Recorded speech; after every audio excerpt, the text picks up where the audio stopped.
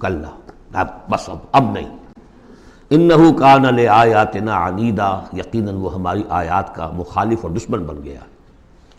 وہ یہ تھا کہ ذہین بھی بہت تھا یہ شخص، اور یہ محسوس کرتا تھا کہ جو وہ محمد کہہ رہے ہیں ٹھیک ہے، لیکن یہ کہ یہ ساری میری جائیدادیں، میرے رشتے، میری دوستیاں، میری چودراہٹ، اس سب کا رسک میں کیسے لے لوں؟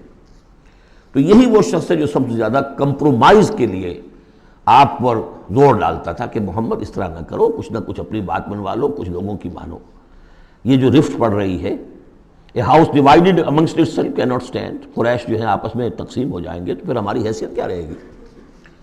بہت مدبر انسان تھا، ایسا نہیں تھا کہ، تو یہ اس کی ساری ذہانت اور فطانت جو ہے، جس کو آپ ورلڈلی وائز کہتے ہیں، وہ بہت ذہین تھا اس اعتبار سے، اس دنیا کے حوالے سے۔ اور وہی شخص تھا، تو اس کا معاملہ یہ ہوا کہ ایک مرتبہ یہ کہیں گفتگو ہو رہی تھی بیٹھ کر چوپال میں کہ کیا کہیں ہم میں سے کوئی کہتا ہے یہ جادوگر ہے، کوئی کہتا ہے یہ شاعر ہے، باہر سے لوگ آتے ہیں، وہ جب سنتے ہیں مختلف قول تو وہ پریشان ہو جاتے ہیں، وہ سمجھتے ہیں کہ یہ خود پریشان ہے، جب یہ مختلف الخیال ہیں تو چلو میں خود جا کے اس شخص سے مل کر دیکھوں وہ کیا ہے۔ تو اس سے بہتر یہ کہ ہم ایکا کریں، ایک بات کہیں۔ تو اب یہ کہ کیا کہیں، اس پر مسئلہ پیدا ہو گیا۔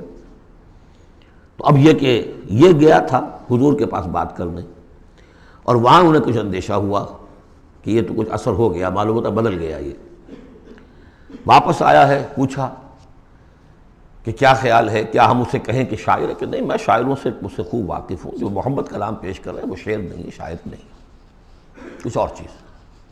اچھا ہم کاہن کہہ دیں انہیں؟ کہ نہیں، میری کاہنوں سے تعلقات ہیں، دوستیاں ہیں، میں جانتا ہوں کاہنوں کا کردار کیسا ہوتا ہے، کاہن کے قول کیسا ہوتا ہے، وہ ذو معنیین بات کرتے ہیں، ادھر بھی لگ جائے ادھر بھی لگ جائے، یہ کرتا ہے دو ٹوک بات۔ تو پھر کیا کہیں؟ ان کو یہ سمجھ میں آیا کہ یہ تو گیا، اس پر تو جادو چل گیا محمد کا۔ لیکن اس نے جب تیور دیکھے تو کہا، یہ کہا جا سکتا ہے کہ یہ جادو ہے جو منقول ہے، پیچھے سے چلا آ رہا ہے۔